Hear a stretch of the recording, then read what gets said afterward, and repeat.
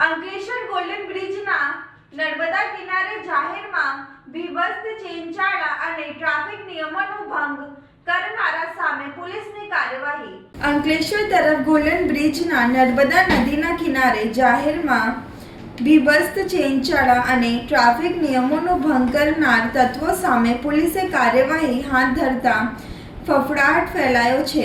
સતત મળતી ફરિયાદોને ધ્યાને રાખી અંકલેશ્વર બી ડિવિઝન પોલીસે વિશેષ ડ્રાઈવ હાથ ધરી ટ્રાફિક નિયમોનો ભંગ કરનારા સામે દંડની કાર્યવાહી કરી હતી।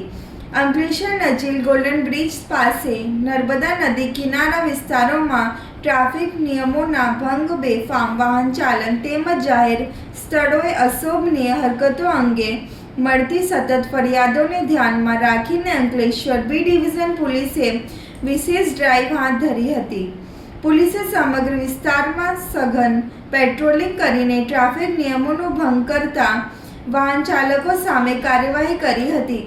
ઉપરાંત જાહેર સ્થળોએ અશોભનીય વર્તન અને બીભત્સ ચેનચાળા કરતા તત્વો સામે કાર્યવાહી હાથ ધરવામાં આવી હતી તેમજ ટ્રાફિક નિયમોનો ભંગ કરનારા વાહન ચાલકો સામે દંડની કાર્યવાહી કરવામાં આવી હતી।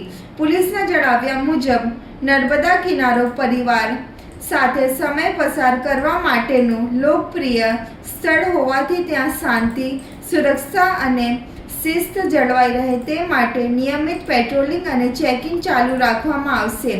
જાહેર સ્થળોની ગૌરવ અને કાયદો વ્યવસ્થા જળવાઈ રહે તે માટે ભવિષ્યમાં પણ આવા તત્વો સામે કડક કાર્યવાહી કરવામાં આવશે। બી ડિવિઝન પોલીસે નાગરિકોને અપીલ કરી છે કે કોઈ પણ ગેરકાયદેસર પ્રવૃત્તિ ટ્રાફિક નિયમોનો ભંગ અથવા જાહેર શાંતિમાં વિક્ષેપ અંગે તાત્કાલિક પોલીસને જાણ કરે જેથી સમયસર યોગ્ય કાર્યવાહી થઈ શકે। ભગવાનભાઈ પટેલ, જૂના બરબારા બેટના સરપંચ।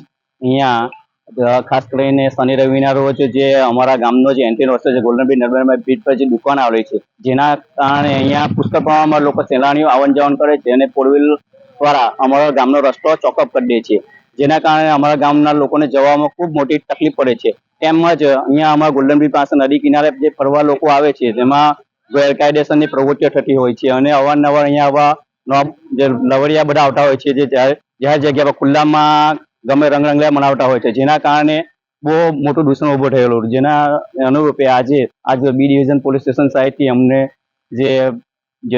જેના સાહેબ લોકો આવીને અહીંયા જે દૂષણ દૂર કરેલું છે જે બદલ એ લોકો શ્રીનો હું આભાર વ્યક્ત કરું છું।